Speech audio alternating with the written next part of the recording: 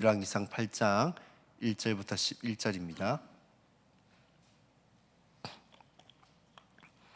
함께 합독하도록 하시겠습니다.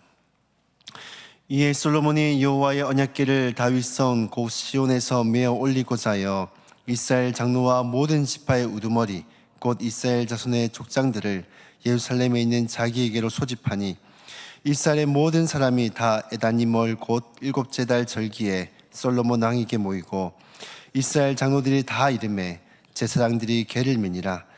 여호와의 궤와 해막과 숙막 안에 모든 거룩한 기구를 메고 올라가되 제사장과 레위 사람들이 그것을 메고 올라가매 문안과 그 앞에 모인 이스라엘 회중이 그와 함께 그 궤 앞에 있어 양과 소로 제사를 지냈으니 그 수가 많아 기록할 수도 없고 셀 수도 없었더라. 제사장들이 여호와의 언약궤를 자기의 처소로 메어 드렸으니 곧 성전의 내소인 지성소 그룹들의 날개 아래라. 그룹들이 그 궤 처소 위에서 날개를 펴서 궤와 그 채를 덮었는데 채가 길므로 채 끝이 내소 앞 송소에서 보이나 밖에서는 보이지 아니하며 그 채는 오늘까지 그곳에 있으며 그 궤 안에는 그 돌판 외에 아무것도 없으니 이것은 이스라엘 자손이 애굽 땅에서 나온 후 여호와께서 저희와 언약을 맺으실 때에 모세가 호렙에서 그 안에 넣은 것이었더라. 제사장이 송소에서 나올 때에 구름이 여호와의 성전에 가득하매 제사장이 그 구름으로 말미암아 능히 서지 흥기지 못하였으니 이는 여호와의 영광이 여호와의 성전에 가득함이었더라. 아멘. 오늘 새벽은 주님을 섬기는 우리의 바른 자세라는 제목으로 말씀을 나눠보고자 합니다. 오늘 본문은 성전이 완공되고 난 이후의 이야기들을 다루고 있습니다. 성전은 완공이 되었지만은 가장 중요한 일 하나가 아직 남아있는 가운데 있습니다. 그것은 바로 이 성전에 들어갈 언약궤를 옮기는 일입니다. 오늘 본문은 성전의 언약궤를 옮기는 모습을 통해서 우리가 하나님을 어떻게 섬겨야 되는지에 대해서 또 말씀해 주고 있습니다. 하나님을 어떻게 섬기면 좋을까요? 첫 번째로는 정성을 다해서 섬겨야 한다는 것입니다. 1절 말씀해 보시면 솔로몬이 언약궤를 다윗성에서 성전으로 옮기기 전에 이스라엘 장로와 또 모든 지파의 우두머리 족장들을 예루살렘으로 다 소집을 합니다. 그러자 장로들과 각 지파의 족장들은 이어서 2절을 보시면은 모든 사람을 다 동원하여서 이 솔로몬 왕에게 모이는 장면을 보여줍니다. 모든 백성들이 예루살렘으로 모이는 것은 참으로 쉽지 않은 일입니다. 그럼에도 불구하고 다 모였다는 것은 그들이 자신들의 그 시간을 하나같이 다 드리고 또 먼 길에서부터 오는 그 수고와 헌신들을 감내가며 이 예루살렘으로 모였다라는 것이죠. 그렇다면 이들은 왜 굳이 귀한 시간과 먼 길을 이동하면서까지 이 예루살렘으로 다 모였을까요? 이 언약궤가 상징하는 것이 이 이스라엘 백성들 가운데 있기 때문입니다. 이 언약궤는 이스라엘 백성들에게서 이 하나님이 함께 하신다라는 상징적인 의미를 가지고 있습니다. 즉 다윗성에서 성전으로 언약궤가 옮겨짐을 통해서 하나님이 이스라엘을 떠나지 않고 여전히 그들 가운데 함께하고 계신다라는 것을 모든 이스라엘 백성들에게 보여주고 또 그들의 그 믿음을 굳건하게 하기 위한 목적에서 모든 이스라엘 백성들을 소집한 것입니다. 뿐만 아니라 모든 백성을 부른 데에는 그 어떤 일보다도 가장 중요하고 가장 최우선을 해야 하는 일이 바로 하나님을 섬기는 것이다라는 것을 깨닫게 하기 위한 목적에서 그들을 소집한 것도 있습니다. 그리고 환영하고 축하하기 위한 목적에서 또 모두를 소집한 이유도 있습니다. 과거 다윗이 오베데돔의 집에 있던 언약궤가 다윗성으로 옮겨올 때에 그는 속옷이 벗겨질 정도로 춤을 추며 기뻐하며 이 언약궤를 환영하고 또 영접하였습니다. 이처럼 모든 백성들이 언약궤를 환영하며 이제 영접하고 있는 것입니다. 이스라엘 백성들은 자신들이 가장 그 귀한 시간들 또 먼 길을 이동하는 헌신과 수고를 통해서 하나님 앞에 자신들의 그 정성을 다해 드리며 섬기는 모습들을 보여주고 있습니다. 뿐만 아니라 이들이 드린 정성은 시간과 또 헌신뿐만이 아니었습니다. 5절을 보시면 모든 백성들이 양과 소로 제사를 지내는데 그 수가 많아 기록할 수도 없고 셀 수도 없었다라고 말씀을 하고 있습니다.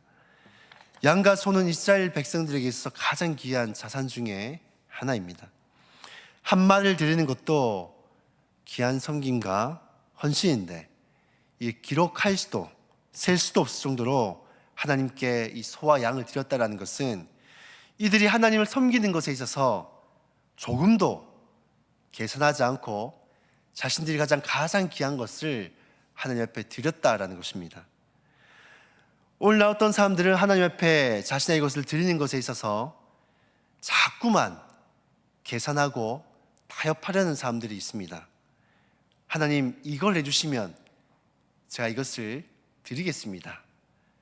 하나님 요즘 제가 너무 바쁘고 또 여력이 안 돼서 제가 이 정도까지만 하나님 앞에 드리겠습니다. 하나님 이해하시죠? 끊임없이 계산하며 타협해가며 자신의 것을 하나님 앞에 그렇게 드리는 사람들이 있습니다. 그런데 진정한 사랑이라는 것은 계산하며 사랑하는 것이 아닙니다. 제가 예전에 설교 때도 한번 말씀드린 적이 있는데 제가 정말로 인생의 영화라고 생각하는 영화가 하나 있는데 그 영화는 바로 If Only라는 영화였습니다. 거기에는 서로 사랑하는 남녀가 등장하는데 이들은 끊임없이 서로에 대한 그 사랑을 계산해가며 하는 것입니다.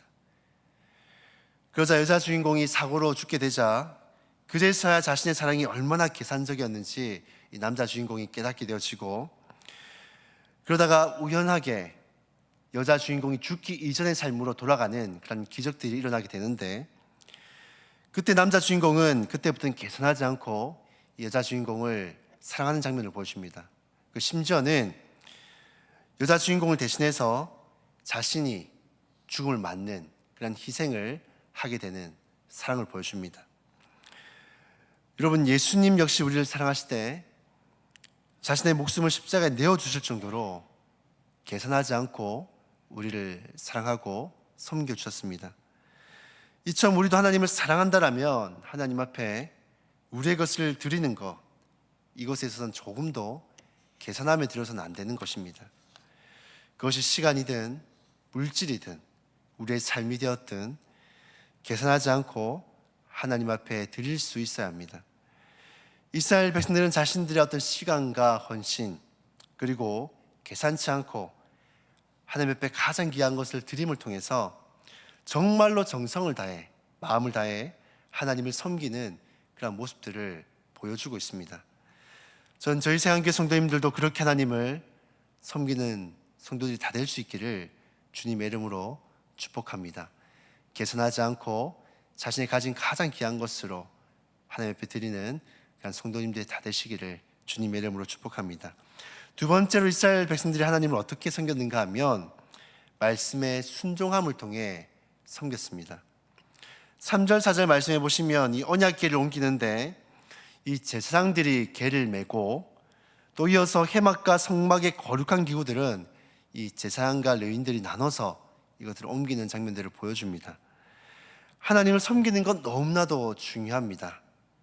하지만 하나님을 섬기는 데 있어서 이것을 내 생각대로 또 내 방법대로 내 계획대로 그렇게 섬겨서는 안 된다는 것입니다. 이 블레셋에 빼앗겼던 언약궤가 이 스스로 싸워서 이 기란 야림으로 옮게 되어진 것을 아마 그 사건을 알고 계실 것입니다. 이때 다윗은 하루라도 더 빨리 언약궤를 모셔오고 싶은 마음에 소와 마차를 기란 야림으로 보내게 되었습니다. 그러다 오는 길에 베레스에서 어떠한 일이 벌어집니까? 이 소가 날뛰어서 언약궤가 들썩이 되는데 우사가 이것을 잡기 위해 손을 갖다 대었다가 결국 우사가 죽음을 맞게 되어집니다. 그래서 이 지명을 잊지 않기 위해서 이 사건을 잊지 않기 위해서 이 지명을 베레스 우사라는 이름을 남기게 됩니다. 하나님이 베레스에서 우사와 충돌하였다라는 의미를 가지고 있는 것이죠. 이 사건이 우리에게 보여주고 있는 것이 무엇입니까?